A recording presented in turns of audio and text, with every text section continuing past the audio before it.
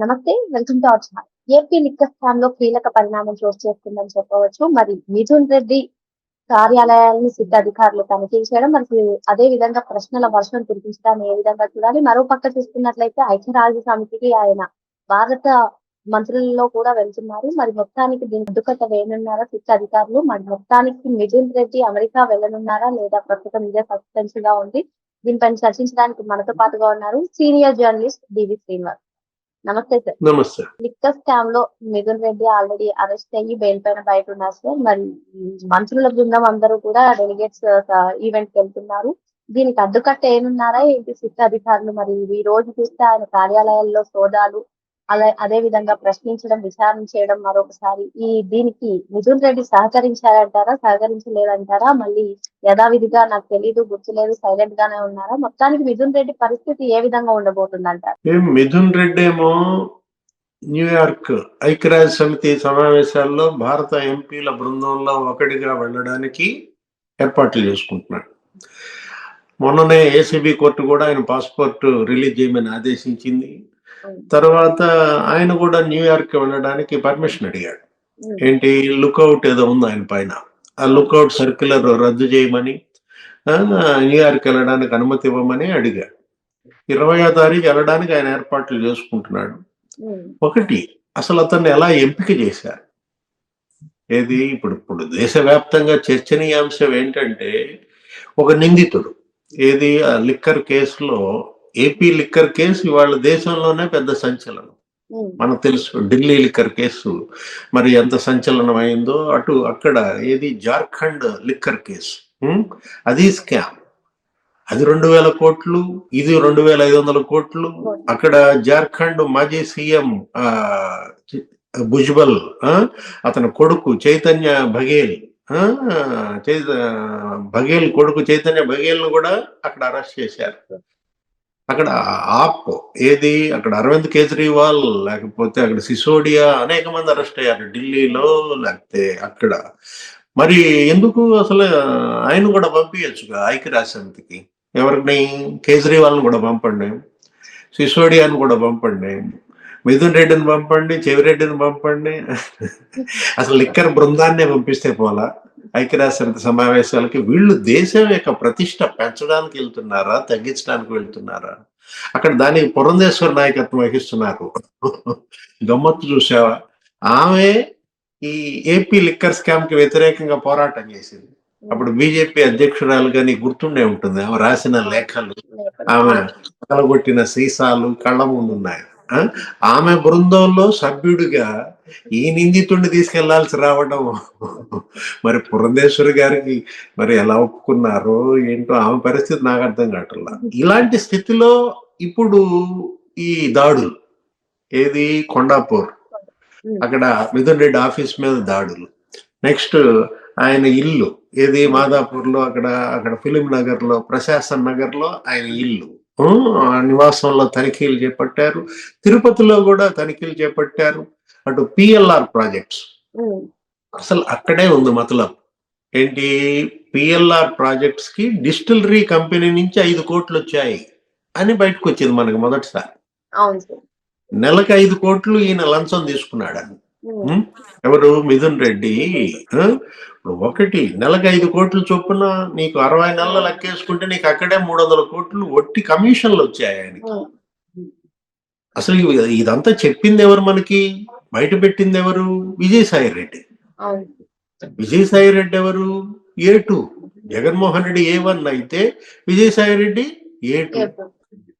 వైఎస్ఆర్ కాంగ్రెస్ పార్టీకి అతను 10 పదవుల్లో పనిచేశాడు. ఎవరు? విజయసాయి రెడ్డి. అతనే చెప్పాడు ఏమని, మిథున్ రెడ్డి, సజ్జల శ్రీధర్ రెడ్డి, లేకపోతే అతను కసిరెడ్డి రాజు, వీళ్ళ ముగ్గురు వచ్చి నా దగ్గర వ్యాపారం చేసుకుంటాం, మరి పెట్టుబడులు ఇప్పించండి అంటే నేను అరవిందో దగ్గర చెప్పి వీళ్ళకి 60 కోట్లు ఇప్పించాను. మొదటి సమావేశం జర్నలిస్ట్ కాలనీ హైదరాబాద్ మా ఇంట్లో జరిగింది. రెండో సమావేశం విజయవాడ మా విల్లాలోనే జరిగింది.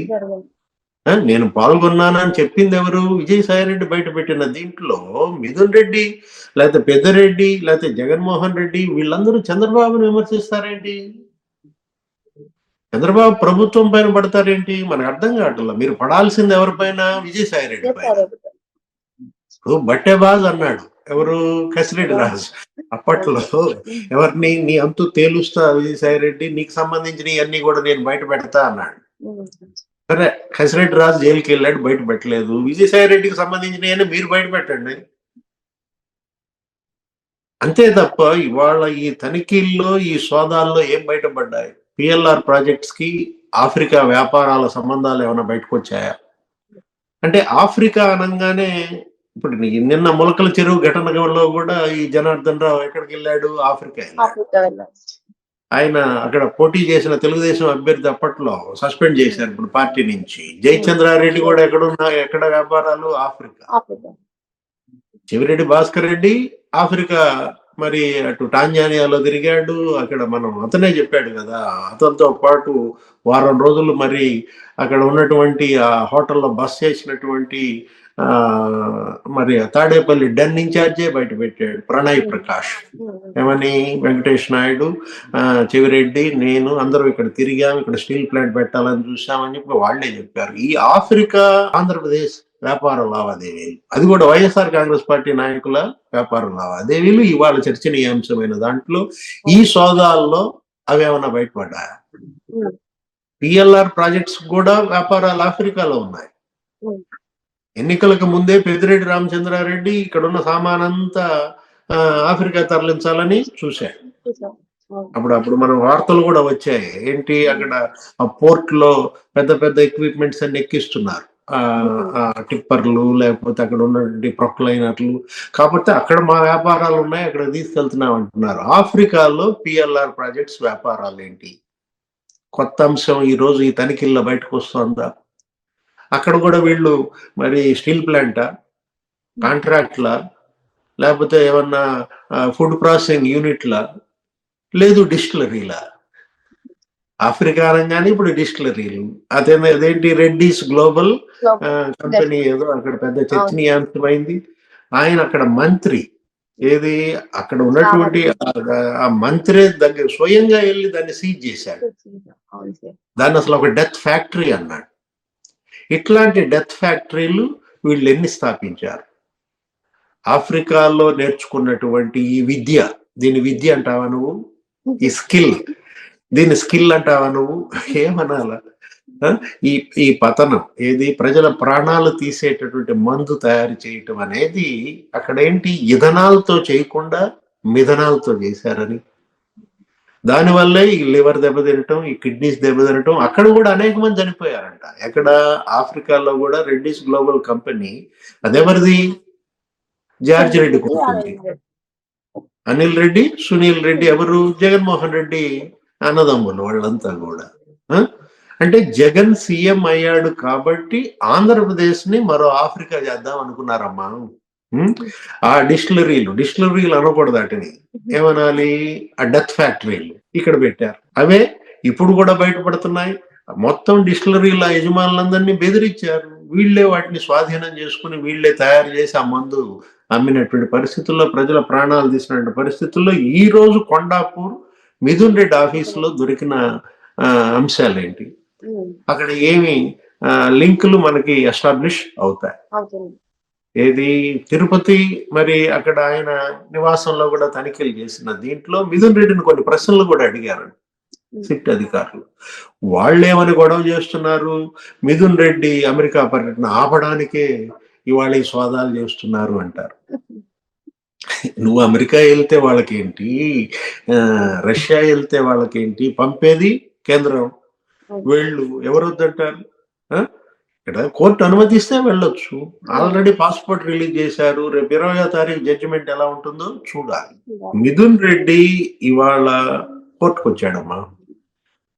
నిన్న హాజరయ్యారు కదా, వాళ్ళందరూ కోర్టుకు హాజరయ్యారు. బెయిల్పై విడుదలైన వాళ్ళు హాజరయ్యారు, జైల్లో ఉన్నాళ్ళు హాజరయ్యారు.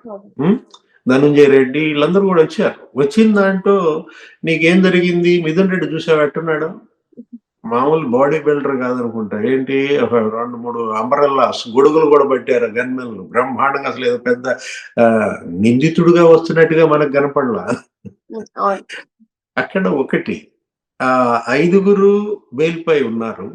ధనంజయ రెడ్డి, కృష్ణమోహన్ రెడ్డి, గోవిందప్ప అటెండ్ అయినట్టు లేడు. చెవిరెడ్డి భాస్కర్ రెడ్డి ఒక పిటిషన్ వేసాడంట. ఏం పిటిషన్ తెలుసా? నాకు వెన్ను నొప్పి జీజీహెచ్ లో కూడా చూసుకున్నాను, మంతెన సత్యనారాయణ రాజు ఆశ్రమంలో చేరాలనుకుంటున్నాను. ఉం? అంటే తనే సెలెక్ట్ చేసుకుంటున్నాడు ఎక్కడ చేరాలి ఏంటి. మంతెన సత్యనారాయణ రాజు ఆసుపత్రిలో మరి అక్కడ ఏంటి ప్రకృతి చికిత్స చెవిరెడ్డికి కావాల్సింది. తర్వాత వెంకటేష్ నాయుడు పెద్ద వీరంగం వేశాడట. మొన్నేమో శ్రీధర్ రెడ్డి వీరంగం, ఇవాళేమో వెంకటేష్ నాయుడు వీరంగం. ఏం చేస్తారు నన్ను, మీరేం చేస్తారు, ఇంకంతకైతే ఇంకో సంవత్సరం జైల్లో పెడతారు అంతే కదా, నా వ్యక్తిగత వీడియోలు బయట పెట్టే హక్కు మీకు ఎక్కడుంది అని చెప్పి ఫైర్ అయ్యాడంట. కారణం ఏంటో తెలుసా? అక్కడ వెంకటేష్ నాయుడు అడ్వకేటు మరి ఆ సిట్ పోలీసు వాళ్ళిద్దరు ఏదో మాట్లాడుకుంటున్నారంట. ఆ మాట్లాడుకుంటున్న మాటలు వెంకటేష్ నాయుడు భార్య ఉందంట. ఏమని? ఆ వెంకటేష్ నాయుడు ఫోన్ ఓపెన్ చేయమని అనుమతి ఇచ్చింది కదా, ఆ ఫోన్ లో ఈ వీడియోలు ఉన్నాయని ఏం చెప్పుకున్నారో ఏంటో, మరి ఆ అమ్మాయి ఏమైందో వచ్చి వెంటనే మొగుడు మీద పడిందంట. ఏమని? నాకు తెలియని రహస్యాలు ఇంకెన్ని వీడియోలు ఉన్నాయి, తమన్నా కాకుండా ఇంకెవరితో వెళ్ళావు ఏంటి అని చెప్పి పోట్లాడినంత పని అయ్యేసరికి వెంకటేష్ నాయుడు ఇంత ఎత్తులు లేచాడంట వీళ్ళ మీద. ఏమని? అసలు నా ప్రైవేట్ వీడియోలన్నీ బయట పెట్టే హక్కు మీకు ఎక్కడుంది ఈ టైప్ లో. వెంకటేష్ నాయుడు జగన్మోహన్ రెడ్డికి సంబంధించిన వీడియోలు, వెంకటేష్ నాయుడు విజయసాయి రెడ్డికి సంబంధించిన వీడియోలు, చెవిరెడ్డి భాస్కర్ రెడ్డితో అతను తిరిగిన వీడియోలు, ఇవన్నీ బయటకు వస్తాయి ఆ ఫోన్ గనక ఓపెన్ అయితే. ఇంక ఈలోపు వీరంగం వేసుకుంటే ఎట్లా? ధనుంజయ రెడ్డి పాప వెంటనే ఆయన బయలుపోయి ఉన్నాడు కదా, జాగ్రత్త, పరిస్థితులు మనకు అనుకూలంగా లేవు, నువ్వు నీ ఇష్టం వచ్చినట్టు మాట్లాడు బాబు అని ఏదో ఆయన బుద్ధులు ఆయన చెప్పాడంట. ఏదైనా ఇప్పుడు మిథున్ రెడ్డి, నీ క్వశ్చన్ ఏంటి? అమెరికా వెళ్తాడా లేదా? ఐక్యరాజ్య సమితిలో అతను పాల్గొంటాడా పాల్గొనడా? ఎంత దురదృష్టం అమ్మా, ఎంత ట్రాజెడీ. ఒక లిక్కర్ కేసు నిందితుడు ఒక 68 రోజులు జైల్లో ఉన్నాడు. భారత ప్రతినిధిగా అమెరికాలో న్యూయార్క్ ఐక్యరాజ్య సమితిలో నేను భారత ఎంపీ బృందంలో ఒక సభ్యుడిని అని చెప్పుకోవటం వల్ల ఏంటి భారతదేశం కీర్తి ప్రతిష్టలు ఇనుమడిస్తాయా? మేరా మహాన్ భారత ఏమనాలా? మేరా భారత్ మహాన్ అని చెప్దామా? బ్యూటీ ఆఫ్ డెమోక్రసీ అనుకుందామా? దురదృష్టం అన్నమాట. మరో అంశంతో మళ్ళీ కలుద్దాం. Thank you sir. నమస్తే.